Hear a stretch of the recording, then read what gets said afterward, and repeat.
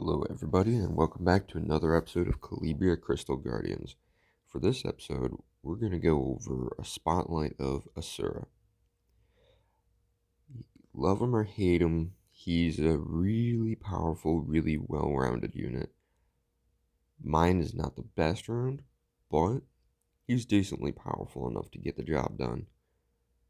So we're going to go over his skills first. So the first skill hits and has the weird, like all of his skills have this weird thing where his crit rate is equivalent to the current HP, and crit damage is equivalent to the HP lost. So the more HP he has, more crit rate. The lower his HP, the more crit damage he does. Kind of weird, but hey, it's pretty cool. If he crits, he can have a chance to HP lock with his first skill. And then we're going to go over the skill 2s. I like the Bloodlust Flame, but I'll show you the Bloodlust Explode first. Attack 3 random enemies to do attack and defense and damage. The same crit rate, crit damage, skill as the first. If this skill deals damage, taunt the target. It goes up to a 90% taunt. I don't really like this skill because it's random enemies. So it's not very reliable at all. And a taunt is meh. It's not great. It's not terrible. It's just kind of meh. Especially when compared to this skill. Attack a single enemy, doing the whole crit rate based off HP, crit damage based off HP lost. If this deals critical damage, up to 50% chance to reduce target defense. That's with 3 hits. So he could defense break and keep hitting and doing a good bit of damage. I like this skill. It's a little bit more reliable, but to each their own. I like this one. For the third skills, I'll go from down to up. Attack an enemy 2 times. The whole crit rate thing is, if this skill deals critical damage, reduce target's attack for 2 turns. It does a good bit of damage, but honestly, it's useless.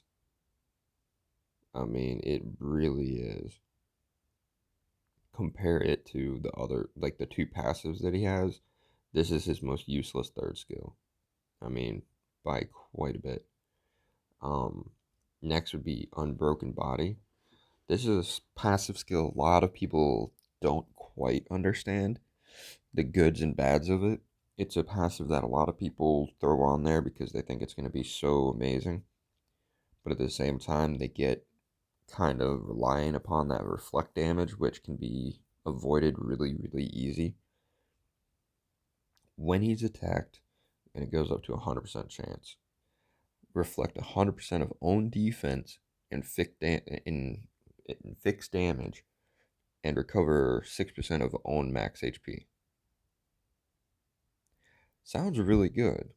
And it can be effective to counter some of the big cleave teams.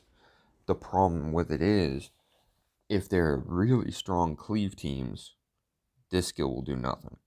Because once he's defense broken and they nuke him, he does nothing. For one, in this game, defense breaks reduce defense by 70%, which is huge.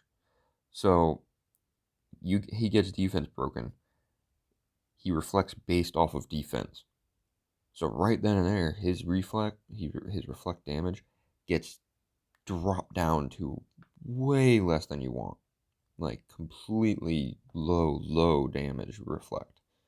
So in the end, it's really kind of not that amazing. I mean, it's not the worst, but it's definitely not good enough.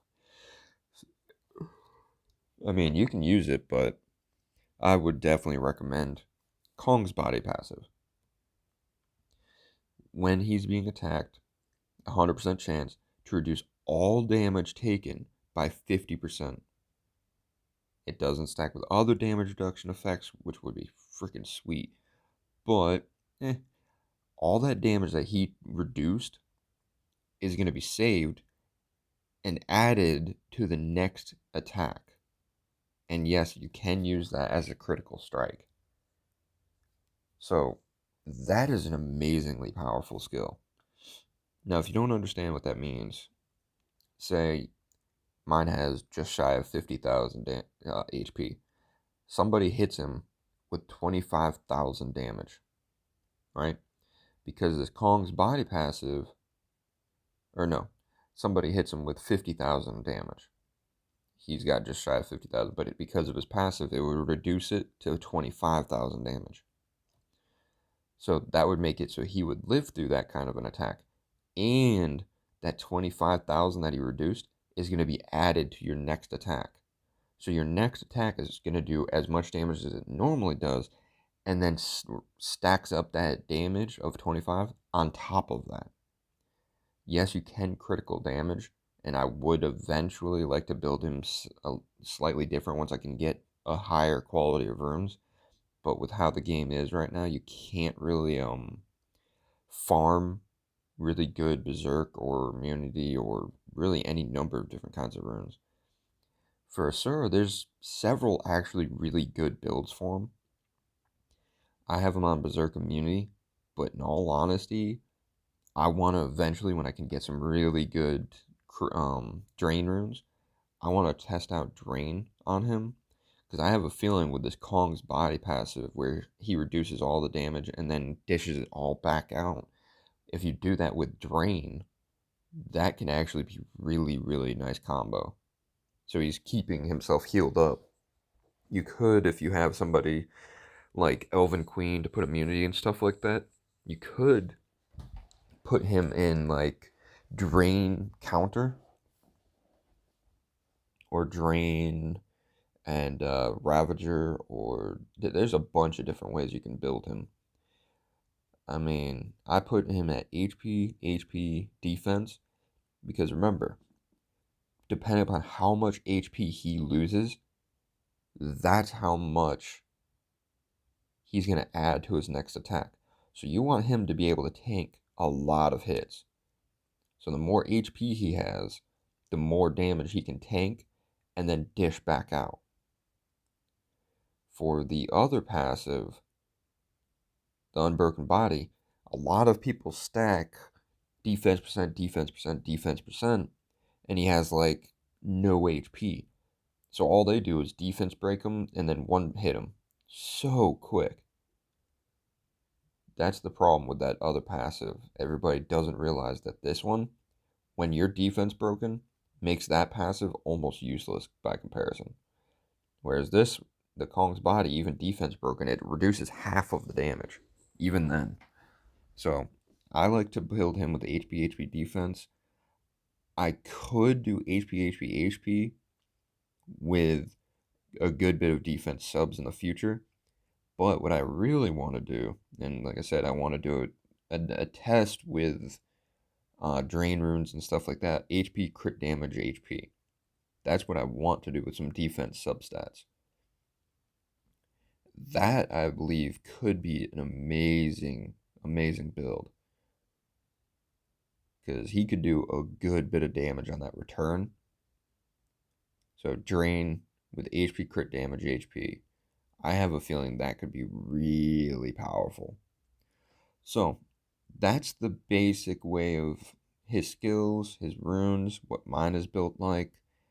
And now for a quick test. He's not good in Catacombs. He's not good in Vapor Dreamland or Spire or Lair. I mean, you could use him in Lair, but he's not that amazing. Where you can use him is here. And yes, I've been slacking heavily in Arena. I normally do. I don't really push too hard. So let's go down and... Ooh. Does anybody recognize this individual? Let's go after Fwa. So this was a team I was playing around with the other day. So I will go with the team that I usually use him with. This is the team that I showed in the other videos and stuff.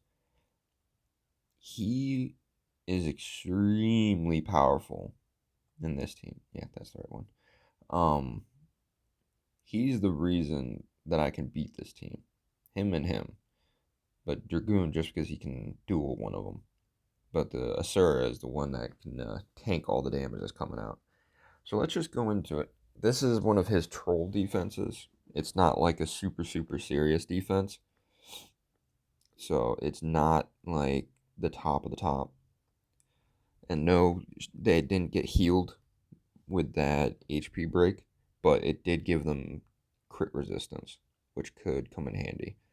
See, he's lost almost no defense, so realistically, this isn't going to do a whole lot, but it could help a little bit. Let's see here.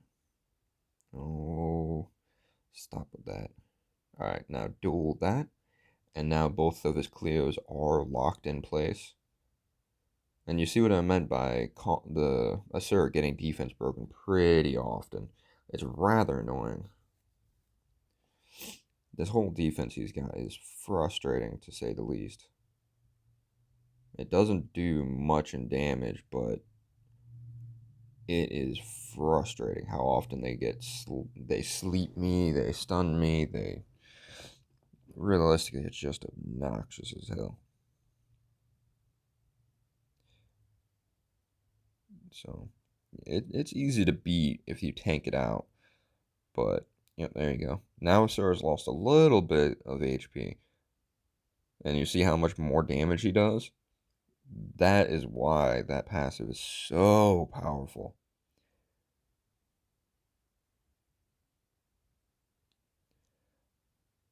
So again, just for the crit resist. I mean, it's not necessary, but and let's just take her down and see how much damage he does, and that's on a tanky HP build. So if you're ever curious as to how to use Asura, that is, oh geez, Dragoon, dang, just go ham over there. Now these succubus were really weak, but they were so fast. He's got those things, super speed. Like the two Cleos are just tanky as all. Oh, he removed a rune off of one. Whoopsie. Well, sorry if I hit you mid rune change, I guess. And where's these two? Yeah, these two are just fast and annoying. Oh, dang. Double prayer? Ugh, that's annoying. And I guess he's trying out the desperation immunity build on the succubus. But that's Asura. I mean, him in a nutshell. I mean, you want some speed substats just to keep him in the fight, because if he's too slow, then it doesn't really do anything for the team.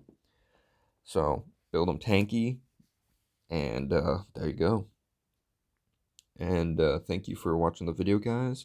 Please like, comment, subscribe, and I'll catch you guys next time.